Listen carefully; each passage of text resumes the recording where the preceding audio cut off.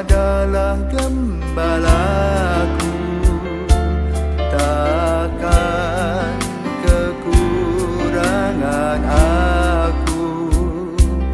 Ia membaringkan aku di padang berumput hijau.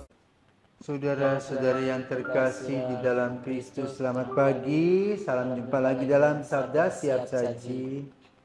Kamis 4 April 2024, hari Kamis dalam Oktav Paskah. Dalam Bapa dan Putra dan Roh Kudus. Amin. Marilah berdoa.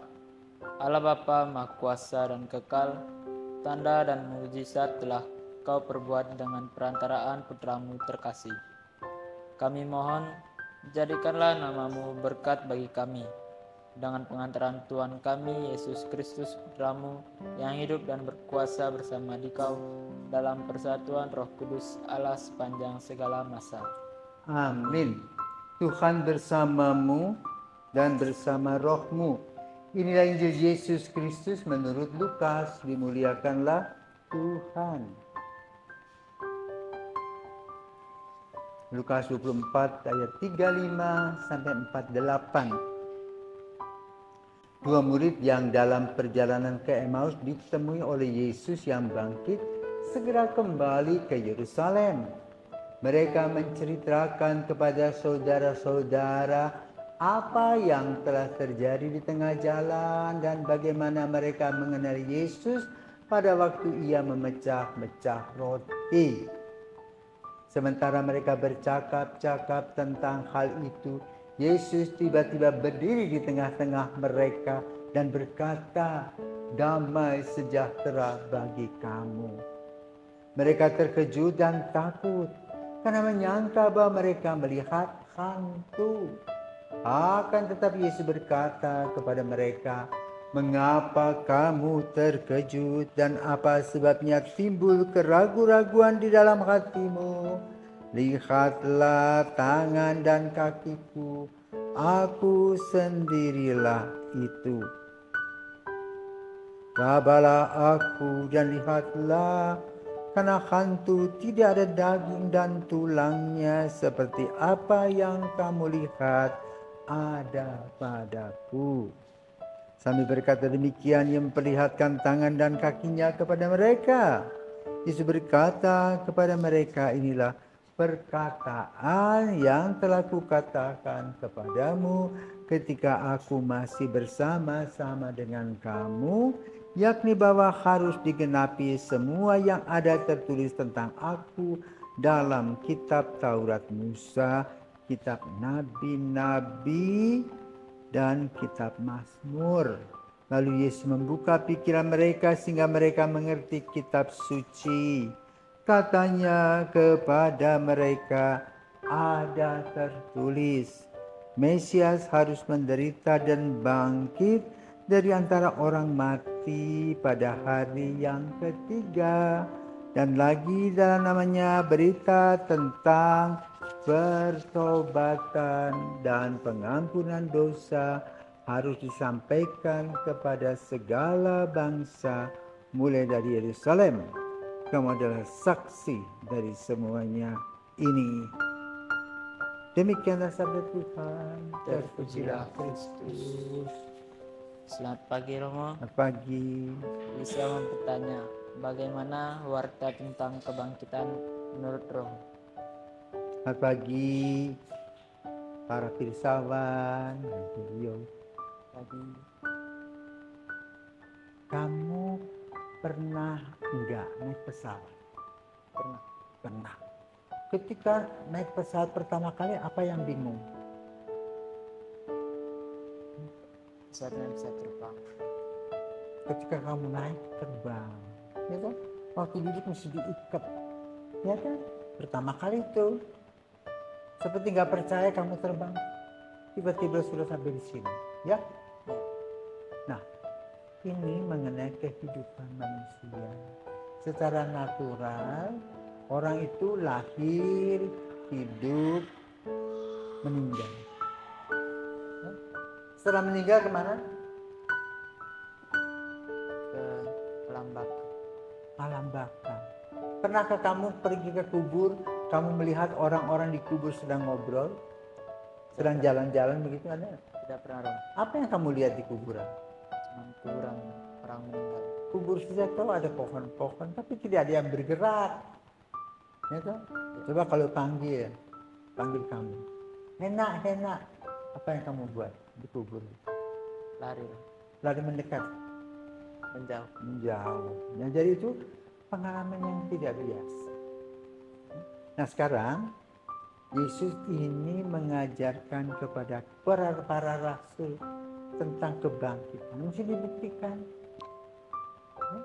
Yang mereka tahu satu, Yesus disalibkan, ya. Lalu dia wafat, lalu juga diapakan? Ditaruh, dikuburkan. Apakah mereka berpikir Yesus akan hidup? Tapi yang kenyataannya adalah makamnya kosong. Yesus tidak di tempat. Yesus bisa jalan-jalan, tetapi yang seperti ini ada kakinya itu loh, berlubang. Maka Yesus harus membuktikan.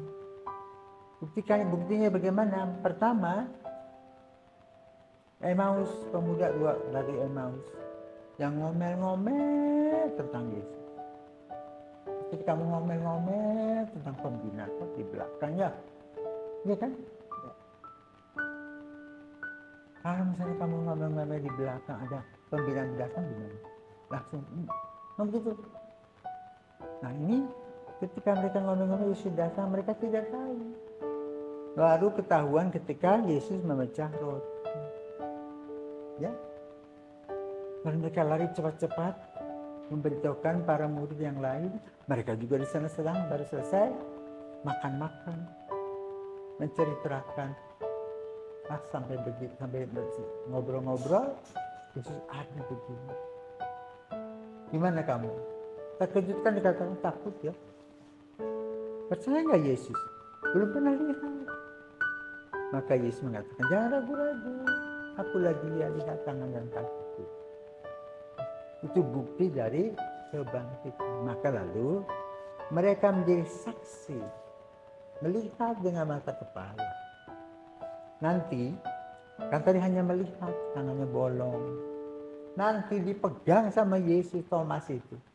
Thomas berkesaksian bagaimana? Bener loh, dipegang, dia ada daging dan tulangnya, aku rasa. Ya? Sementara para murid yang lain enggak, aku lihat tangannya bolong. Jadi peristiwa kebangkitan itu harus diwartakan dan kamu harus percaya dan menjadi saksi. Nah saksinya adalah ketika kamu mengalami kesulitan, mengalami peristiwa salib, kesulitan demi kesulitan datang silih berganti, dan kamu masih kuat. Dan kamu tetap berpengharapan dan bersuka cita. Ini yang penting. Maka kalau kamu mau menjadi saksi kebangkitan adalah saksi yang kuat dan tabah dalam menghadapi hidup ini. Mengikuti apa yang dibuat oleh Kristus. Nah, maka pewartaan kabar gembira adalah kabar sukacita. Makanya dalam liturgi itu haleluya, haleluya semua. Gambar sukacita. Karena itu pada hari ini Injil membicarakan tentang hal itu. Ya. Memperkuat. Ya. Mengatakan apa Yesus? Apa dikatakan oleh Yesus? Inilah perkataan kepadamu ketika aku bersama-sama kamu. Lihatlah tangan. Itu? Ya, dan kakiku. Aku sendirilah. Rabalah aku, berani raba. Tidak ada yang berani, belum berani. Ya, karena hantu tidak ada daging dan tulangnya. Jadi Yesus itu nampak seperti kita. Ya, hantu melayang-layang begitu.